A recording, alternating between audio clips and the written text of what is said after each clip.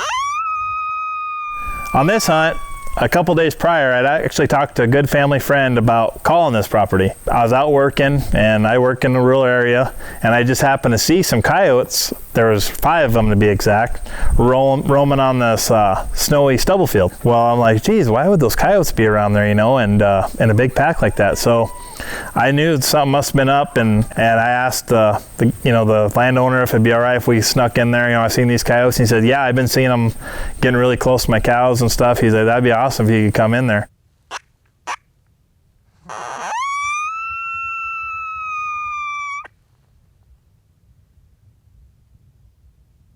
That was probably the most frustrating hunt I've ever been a part of. The main challenges I had were dealing with temperatures, running the camera. It's a lot of small little buttons, you know, you got gloves on, trying to do certain things to make your footage better and to improve, you know, the footage, and then you're trying to do it in a timely manner so you can get the shot, because they are wild animals. You can't, I mean, it's not like they're gonna give you a second chance. Once they're gone, they're gone.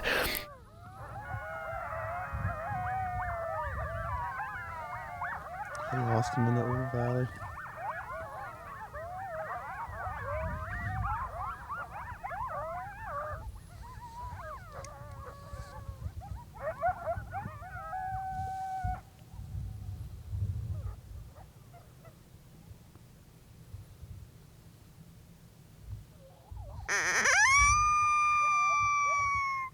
It only took, I think, 1 or 2 howls, and at first we thought there was probably only 4, but as we watched the video back, there was a couple more than that.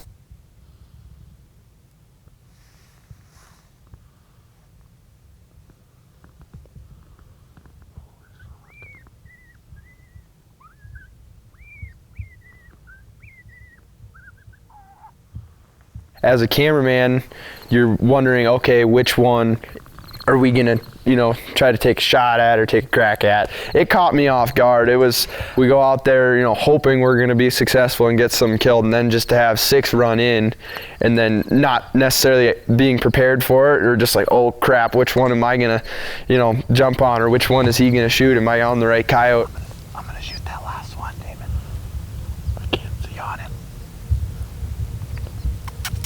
In the bottom. Are you on him? Yeah. Are you on him? Yes.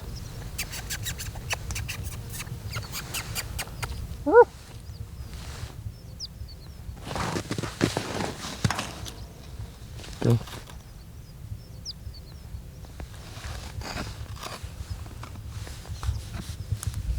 Your adrenaline is flowing. You have 6 coyotes out there, and then you're trying to get the best footage you could possibly get. You're trying to communicate with the person behind the gun, as well as get good footage and not spook these coyotes off.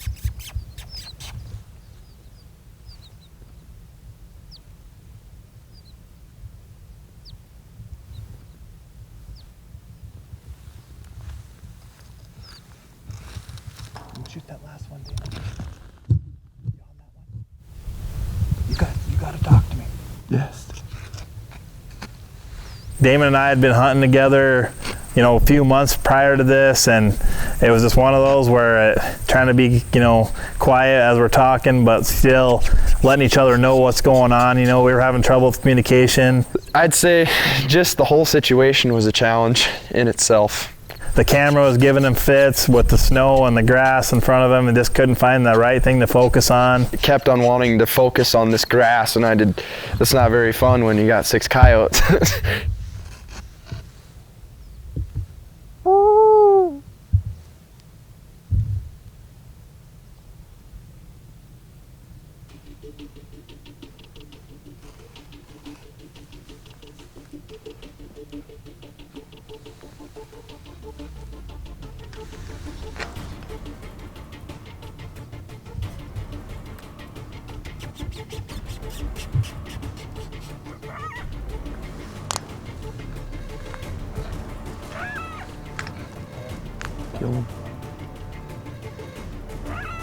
It was a mess. It was a hot mess in 10-degree weather.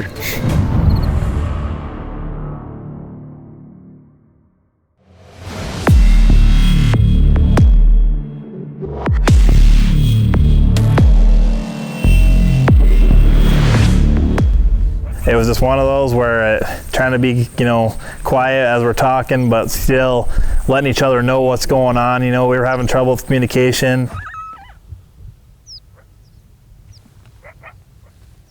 I can't see them. They go over that hill. Your adrenaline is flowing. You have 6 coyotes out there, and then you're trying to get the best footage you could possibly get. You're trying to communicate with the person behind the gun. Right or left? As well as get good footage and not spook these coyotes off.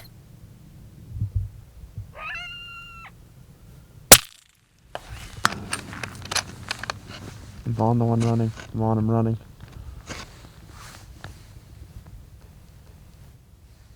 Woo!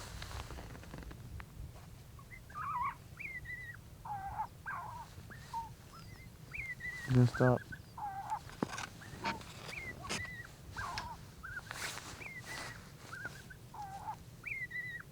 He's stopping. I'm on him.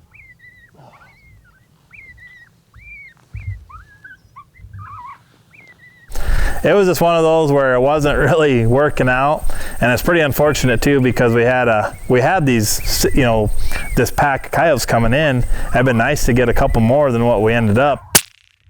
And then you're also trying to have fun and have a story to tell, and we only got 1 out of those 6. It was frustrating because I know if we didn't have a camera there, we could have got 4 of them. But that's, what fun would that be, Probably should have had 2, but sometimes the camera can screw you up.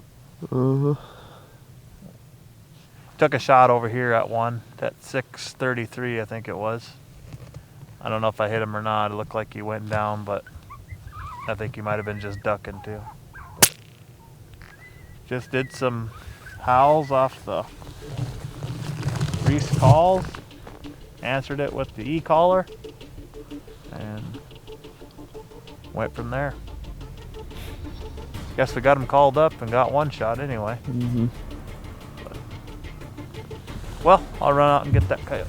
It didn't really work out the way we wanted to, but yet it was still successful, still was able to connect on 1, and it sucks when you have to watch that many coyotes run away.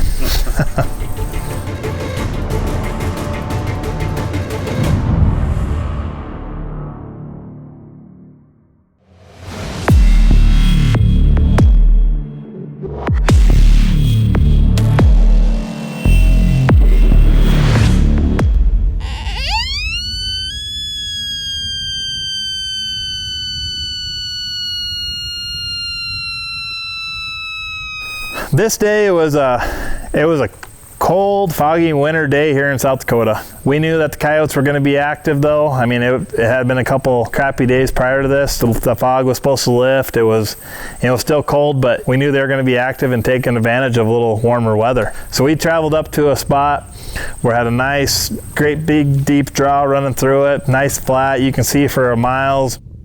This hunt was probably my favorite hunt to be a part of because I'd been doing this for a few months now, running the camera, and it was in my eyes the best footage that I feel I've been a part of. Lonny, when we're using the electronic calls, he runs the remote and he, does all of his tricks to get them running in. And then finally, that whole morning we tried and tried and tried. We got him to answer back. It hadn't turned out to be a very good day. We just kept on going at it, doing another set, stayed persistent with it. And then all of a sudden, Lonny spots one.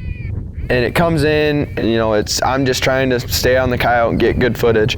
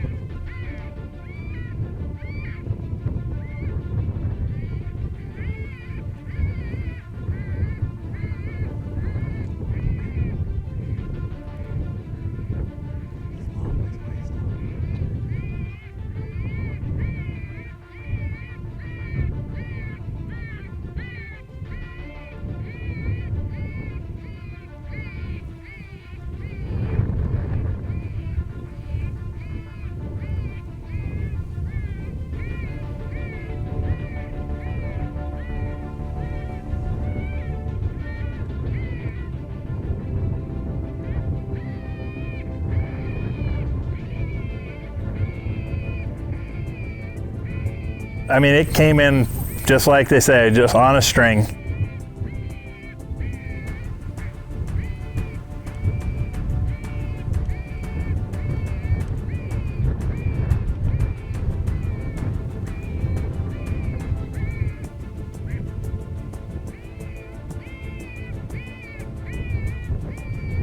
Couldn't get any better. Actually couldn't get them to stop. But usually when they're reacting that way to the call, it might be something that they're not necessarily used to, and it's curiosity, or I don't know, they're predators. Maybe they're just coming in to get some lunch.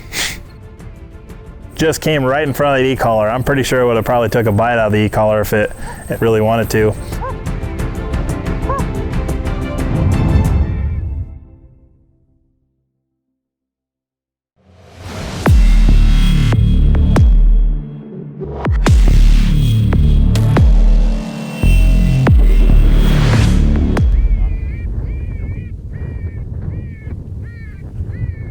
It came in just like they say, just on a string. Couldn't get any better. Actually couldn't get him to stop. Ended up having to take a running shot like around 35 yards, I believe it was.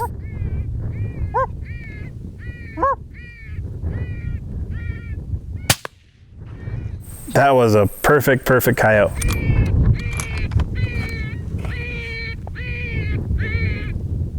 Usually rule of thumb, 5-10 minutes after keep calling, you never know what's going to happen. And I had not seen that a whole lot of times. This time it actually produced,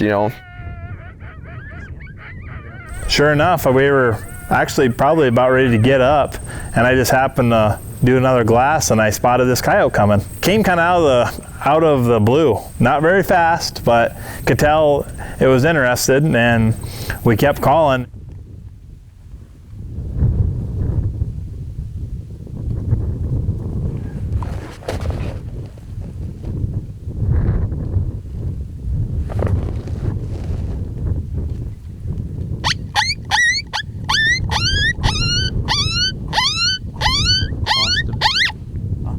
It didn't come in like the first one did. I don't know if it heard a little bit of the shot or something. It wasn't right.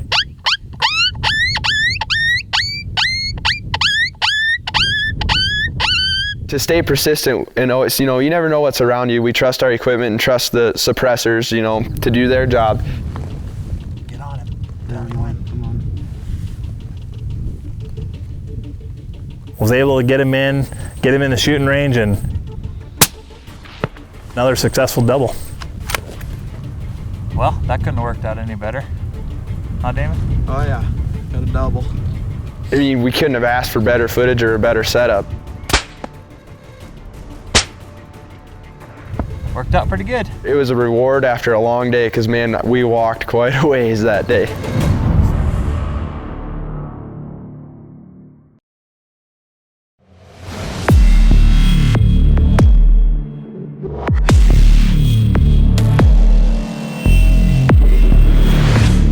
Hey everybody, I'm here with Dominic Plunkett, Brotherhood Arms.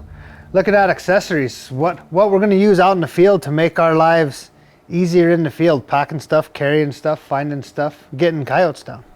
Yeah, the first accessory most of the guys overlook is a good set of binoculars. You gotta be able to see that coyote before he gets to you. So this set of binoculars happens to be from Swarovski. They're actually a range-finding binocular, 10 power, 42 millimeter objective, capable of ranging out to 2,500 yards. That's my personal set. Another good place to start is to have a good optic with enough magnification so you can see the coyote out there 300-400 yards when he starts to make his trip in to see you.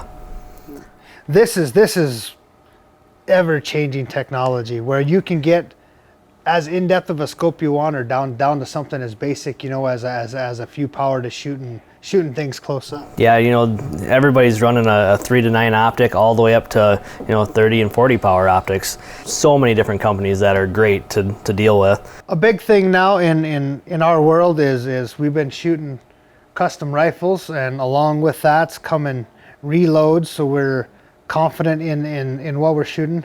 What do you provide for our reloading needs? We carry the full line of powders, whether it's Hodgdon's, Alliant. We also carry Berger, Sierra, Hornady bullets and some nozzlers. And for those of you that don't like to reload, we have about every kind of factory loaded ammo you'd ever want. We at Cheyenne River Predator Hunters would like to thank you for keeping us equipped, keeping us comfortable, keeping us accurate, keeping us getting coyotes. Whatever I can do to help you guys take down another one. Appreciate it.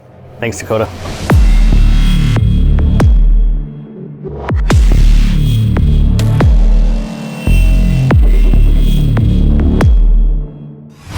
Next time, Damon is in the driver's seat, You got the gun today, bud, and I was like, crap. and we'll see if he can drop his first coyote behind the barrel. You know, I wasn't gonna take no for an answer here. I told him you're gonna have to shoot. You know, Lonny said, coyote, and I was like, oh, where? I need to get on him. That's on the next episode of Coyote Culture.